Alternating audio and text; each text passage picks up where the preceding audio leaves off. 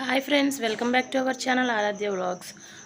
ఈ టైం ఎంత అయింది అనుకుంటున్నారు? 4 AM అయ్యింది. పొద్దుట మేడారం వెళ్తున్నాను సమ్మక్క సారక్క జాతర చూడడానికి.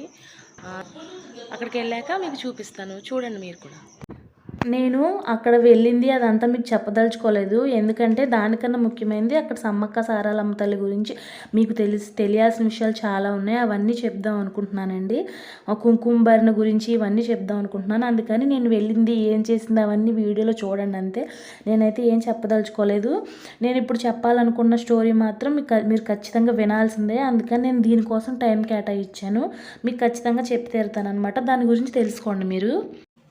ఇది 13వ శతాబ్దానికి చెందిన కథ అండి. 13వ శతాబ్దంలోదంట. అక్కడ గిరిజన ప్రాంతాన్ని పాలించే ఒక రాజు, మేడరాజు. ఆయనకి పిల్లలు లేరంట. ఆయనకి పిల్లలు లేకపోతే ఈయన ఒకసారి అడవిలో వేటకి వెళ్తుంటే అక్కడ ఒక చిన్న పుట్ట దగ్గర ఈ చిన్న పాప నవ్వుతూ కనిపించిందంట. పాప చుట్టూ పుళ్ళు, సింహాలు అన్నీ ఉన్నాయంట, ఎటువంటి హాని తలపించకుండా. అప్పుడు ఆ పాపని వీళ్ళు తీసుకుని వెళ్ళి పెంచుకున్నారంట. అల్లారు ముద్దుగా పెంచుకొని సమ్మక్క అనే పేరు పెట్టారంటండి. ఆ పాప యుక్త వయసుకు వచ్చిన తర్వాత ఆ సమ్మక్క ఎటువంటి మందు ఇచ్చినా సరే అక్కడ ఉన్న వాళ్ళకి నయం అయిపోయేదంట. అంత మహిమగల మందు ఇచ్చేదంట. అలాగే పెద్దదైన తర్వాత తనకి పడిగెద్దరాజు అనే ఆయనకి ఇచ్చి పెళ్లి చేశారంటండి సమ్మక్కకి. ఆ సమ్మక్కకి పుట్టిన ముగ్గురు సంతానం సారాలమ్మ, నాగులమ్మ, జంపన్న అనమాట. వీళ్ళు ముగ్గురు వాళ్ళకి కలిగిన సంతానం అనమాట. అయితే అక్కడ కరువు కాటకాలు మళ్ళీ తాండవించడంతో కాకతీయ ప్రజలు, కాకతీయ రాజులు ఏం చేశారంటే పడిగెద్దరాజుని పిలిచి కప్పం కట్టమని గట్టిగా బెదిరించారంటండి. ఆ కరువు వల్ల వీళ్ళు కట్టలేక మేము కట్టలేము అని చెప్తే ఎటువంటి దయా దాక్షిణ్యాలు లేకుండా కాకతీయ ఓరుగల్లు ప్రాంతాన్ని పరిపాలించే కాకతీయ రాజులు యుద్ధాన్ని ప్రకటించారంట. యుద్ధం చేయడానికి సిద్ధమయ్యారంట. మేడారం మీద పెద్ద సైన్యంతో దండెత్తారంటండి. అప్పుడు పడిగెద్దరాజు, సమ్మక్క, సారాలమ్మ, నాగులమ్మ, జంపన్న వీళ్ళందరూ కలిసి యుద్ధానికి వెళ్ళారంట. ఇప్పుడు పడిగెద్దరాజుతోటి యుద్ధానికి వెళ్ళి అక్కడ యుద్ధం చేసి ఆయన చేతిలో చనిపోయిన వాళ్ళు చాలామంది ఉన్నారంట. ఇంకా ఈయనకి ఓపిక నశించిపోయే టైంలో కాకతీయ సైన్యం ఉంటుంది కదా, వాళ్ళు వెన్నుపోటు పొడిచి ఆయన్ని చంపేశారంట. ఆయన చంపేయడంతో వెంటనే సమ్మక్క, సారలమ్మ వీళ్ళు ఇంకా తట్టుకోలేక వాళ్ళ బలాన్ని వాళ్ళే పుంజుకొని మొత్తం సైన్యాన్ని అందరినీ చంపడం మొదలుపెట్టారంట. కాకతీయ యుద్ధానికి వచ్చిన వాళ్ళు వాళ్ళందరినీ చంపుతున్నారంట. అదే టైంలో వీళ్ళతో మనం ఎదురుగా బెదిరించలేమన్నట్టు వెనక నుంచి వెన్నుపోటు పొడిచి సమ్మక్కని, సారలమ్మ తల్లిని చంపేశారంటండి. సారలమ్మ తల్లి అక్కడే కుప్పకూలి పడిపోయారంట. సమ్మక్క మాత్రం నడుచుకుంటూ వెళ్ళారంట. జంపన్నను కూడా పొడి చేశారంటండి. ఆయన దగ్గరలో ఉన్న సంపంగి వాగు, మనం జంపన్న వాగు అంటున్నాం కదా, ఆ సంపంగి వాగు ఫస్ట్ పేరు. ఆ సంపంగి వాగు దగ్గరికి వెళ్ళి ఆయన అక్కడ కుప్పకూలి చనిపోయారంట. అప్పటి నుంచి దాన్ని జంపన్న వాగు అనడం మొదలుపెట్టారంట. సమ్మక్క మాత్రం అలా బాణాలు గుచ్చిన శరీరంతో, కత్తిపోట్లు తగిలిన గాయాలతో అలా నడుచుకుంటూ వెళ్ళి చిలకల గుట్ట అనే చెట్టు దగ్గర అక్కడ ఒక పెద్ద చెట్టు ఉంటే అక్కడ అదృశ్యమైపోయి ఒక వెలుగు రూపంలో మారి కుంకుమబర్ణి కింద మారిందంట.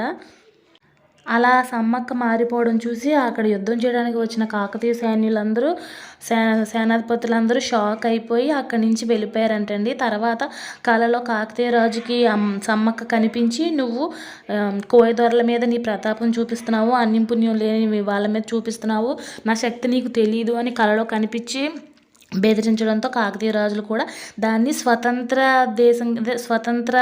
రాజ్యం కింద ఇచ్చేసి వాళ్ళు వెళ్ళిపోయారంటండి. అక్కడ నుంచి వాళ్ళు వెళ్ళిపోయారంట. అలాగా వీళ్ళ చరిత్ర ఇక్కడ వరకు ముగిసింది. ఇది ఒక స్టోరీ. తర్వాత అమ్మవారి జాతర 4 రోజులు ఏం జరుగుతుందో నేను మీకు అది కూడా చెప్తాను. ఎప్పుడు చేస్తారో కూడా నేను మీకు చెప్తాను. ఈ సమ్మక్క సారలమ్మ తల్లి పండగని, జాతరని మాఘమాసంలో మాఘ పౌర్ణమి రోజు మొదలు పెడతారండి జాతర. అక్కడ కన్నేపల్లి అనే గ్రామం ఉంటుందంట. అక్కడ నుంచి సారలమ్మ తల్లిని తీసుకొస్తారంట. ఇంకా కొండాయి అనే చిన్న గ్రామం ఉంటుందంట. అక్కడ నుంచి గోవిందరాజు అంటే సారలమ్మ తల్లి భర్తను తీసుకుని వస్తారంట. పూనుకొండ అనే గ్రామం నుంచి సమ్మక్క భర్త పడిగిద్దరాజుని తీసుకొచ్చి మేడారం గద్దె మీద నిలుపుతారంటండి.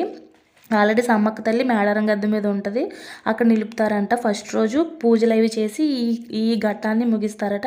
రెండవ రోజు చిలకల గుట్ట నుంచి సమ్మక్క తల్లి కుంకుమభరణి కింద మారింది కదా, ఆ తల్లిని తీసుకురావడానికి మేళతాళాలతో పెద్ద పెద్ద పూజారులు మంత్రాలతో వెళ్తారంట. అక్కడ నుంచి ఏదో గుహ ఉంటుందంట, ఓన్లీ ఒకళ్ళు మాత్రమే వెళ్తారంట, పెద్ద పూజారి గారు మాత్రమే వెళ్ళి రహస్య మంత్రాలు ఉంటాయంట, అవన్నీ చేసి ఆ కుంకుమభరణిని తీసుకుని వస్తారంట. అందరూ వెళ్ళలేరంట అక్కడికి, ఓన్లీ ముఖ్యమైన వాళ్ళు మాత్రమే వెళ్ళగలుగుతారంట. తీసుకొచ్చి అమ్మవారి గద్దె మీద నిలుపుతారనమాట. ఇంకా మూడవ రోజు మొత్తం అక్కడ అమ్మవారి శక్తులన్నీ అక్కడ ఉంటాయి కాబట్టి, మొత్తం అందరి శక్తులు ఉంటాయి కాబట్టి, ఆ రోజు మన జనాలు భక్తులందరం కలిపి మొక్కులు తీర్చుకుంటాము. నిలువెత్తు బంగారం ఇస్తాం. నిలువెత్తు బంగారం అంటే బెల్లం, అక్కడ బెల్లాన్ని బంగారం అంటారనమాట, మనం బెల్లం అనకూడదు. ఆ బెల్లానికి చీమ కానీ ఏమంటారు దోమ కానీ ఈగ కానీ ఏది వాదు. అక్కడే మహిమ తెలిసిపోతుంది, ఆ సమ్మక్క సారలమ్మ తల్లి మహిమ అక్కడే కనబడిపోద్ది మనకి. అంత మహిమగల తల్లి అనమాట. మనం మొక్కుకుని నిలువెత్తు బంగారం అంటే మన బరువుకు తగ్గట్టు మన బంగారాన్ని ఆ తల్లికి సమర్పిస్తామన్నమాట, బెల్లాన్ని సమర్పిస్తాం. అంత మహిమగల తల్లులు వాళ్ళని నాకు ఫస్ట్ టైం తెలిసింది. నిజంగా నేనైతే ఎప్పుడు వెళ్ళలేదు, ఇదే ఫస్ట్ టైం వెళ్ళడం. నాకు మాత్రం నిజంగా సమ్మక్క సారలమ్మ తల్లిని చూడగానే ఒక తెలియని ఆనందం కలిగిందనమాట. నేను అంత హ్యాపీ అయిపోయాను, ఇంకా నేను మీకు చెప్పలేను అనమాట. అలాగే ఈ 4 రోజులు పూజలు జరుగుతాయి. ఇంకా 4వ రోజు వచ్చేసరికి ఆ చిలకల గుట్ట మీదకి మళ్ళీ అమ్మవారి కుంకుమని తీసుకువెళ్ళి పెట్టేస్తారు. ఇంకా అదంతా అయిపోయిన తర్వాత భక్తజనం అంతా ఎవరి ఇంటికి వాళ్ళు, ఇది వరకు 2 సంవత్సరాలకు ఒకసారి ఇది పండగ జరుపుతారనమాట, 4 రోజుల పండగ. ఇప్పుడు అలాగే కాకుండా బాగా దేశవ్యాప్తంగా వస్తారు, మొత్తం జనాలందరూ ఉంటారనమాట ఇక్కడ. అంత మహిమగల తల్లి అయిపోయింది, దేశాల నుంచి వస్తారంట ఇక్కడికి. ఈ 4 రోజులు మాత్రం ఖచ్చితంగా అమ్మవారు కళ్ళు తెరుస్తారంటండి. ఆ శక్తి ఆ మేడారం మొత్తం ఉంటుందంట. 4 రోజులు పండగ, 4 రోజులు మనం ఏ కోరుకున్నా సరే ఖచ్చితంగా తీరుతుందంట. మళ్ళీ సంవత్సరానికి మనం ఖచ్చితంగా మొక్కు తీర్చుకోవాల్సిందే, అంత మహిమగల తల్లి ఈ తల్లి.